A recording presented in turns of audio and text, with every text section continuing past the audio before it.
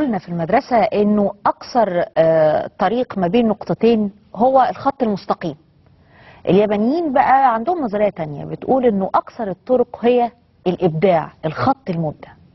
في اوساكا بيعملوا هاي واي، طريق سريع طوله حوالي 240 كيلو متر، طريق جامد يعني.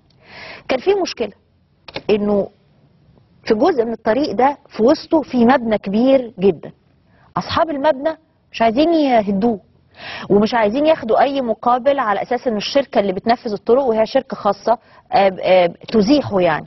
قال لك لا، احنا عايزين المبنى بتاعنا في المكان ده ومحدش له حاجه عندنا. بالتاكيد استنفذوا كل طرق التفاوض والمقاضاه، ولقوا انه لازم يحصل اتفاق ما بين اصحاب المبنى وما بين اللي بينفذوا الطريق.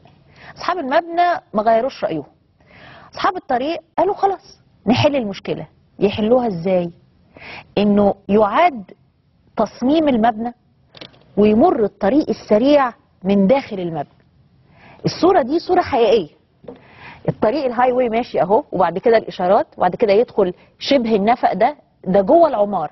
دي العمارة اللي اصحابها في اوساكا رفضوا ان هم يغيروا موقعها.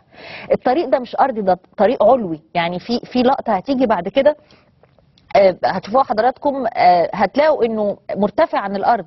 اللقطة اللي بعدها ايوه دي اوضح.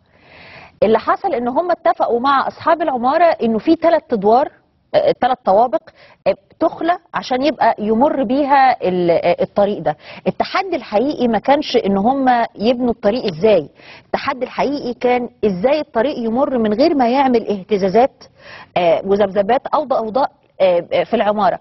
وهو ده اللي اخذ الجزء الاكبر من الوقت والمجهود، انما تم تنفيذه. طبعا مش محتاجة يعني اي ذكاوة عشان نعرف المبنى ده بعد الطريق سموه ايه. سموه برج الطريق او برج النفق، لانه بيمر بداخله هذا الطريق الهاي واي السريع.